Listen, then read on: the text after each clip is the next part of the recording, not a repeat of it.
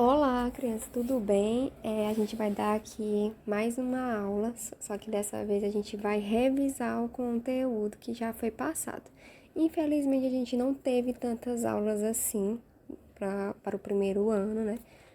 Devido ao feriado também que teve, acabou não tendo na semana passada. Mas como já está próximo das provas, eu estou aqui revisando o conteúdo com vocês nessa videoaula, tá? Então, para revisar, a gente viu o conteúdo do quê? Tanto para quem estava online, tanto para o aluno que estava presencial, vocês aprenderam a divisão da casa. Como é que está dividida a casa? A casa está dividida em cômodos.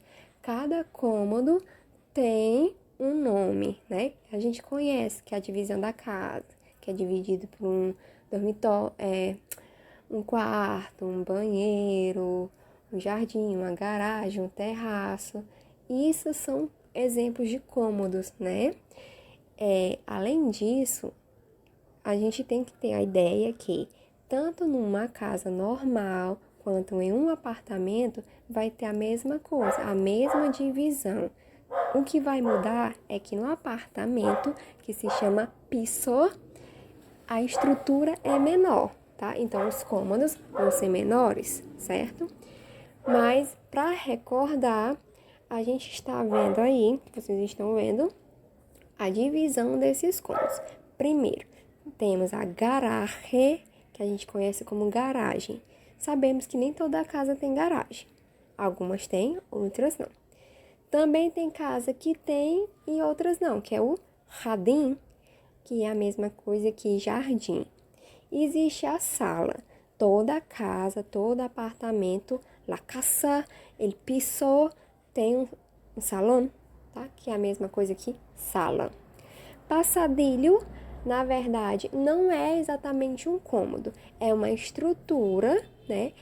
Não é exatamente uma estrutura, é um espaço que a gente tem que se locomover dentro de casa para sair de um cômodo para outro. Para a gente sair de um cômodo, a gente não vai atravessar a parede, não é?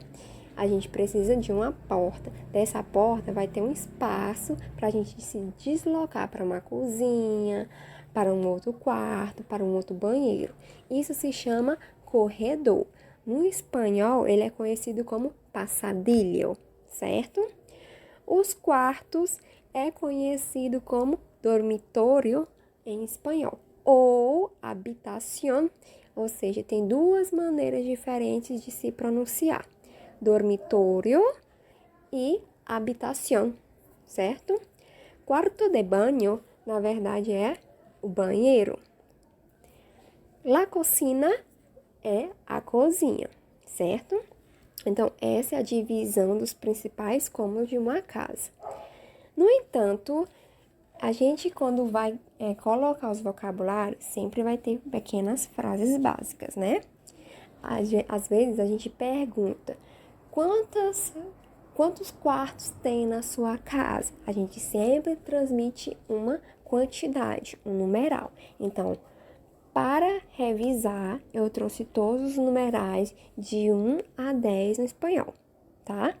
Eu não sei se vocês já aprenderam os numerais, mas se não, vamos aprender agora. Primeiramente, a gente conhece como 1, 2, 3, 4, 5, 6, 7, 8, 9, 10 na nossa língua, o português. Agora a gente vai conhecer esses mesmos numerais cardinais em espanhol. O número 1, como ele é? Uno, se escreve U-N-O, uno. O 2 se escreve D-O-S, dos, o som. O 3 é a mesma coisa. O que vai diferir do 3 do português para o 3 do espanhol é o chapeuzinho. No português, precisa daquele chapeuzinho no E. Já no espanhol, ele não tem necessidade. Então, a gente escreve T-R-E-S e se pronuncia 3. O 4 se escreve C-U-A-T-R-O. Quatro. Quatro. Se pronuncia dessa forma. Quatro. O C e o U é pronunciado. O 5 é do mesmo jeito. A escrita é igualzinha. Se escreve com C-I-N-C-O. 5. E se pronuncia dessa mesma maneira. 5. O 6, no mesmo caso do numeral 5. É S-E-I-S. No nosso idioma a gente fala 6. No espanhol, 6.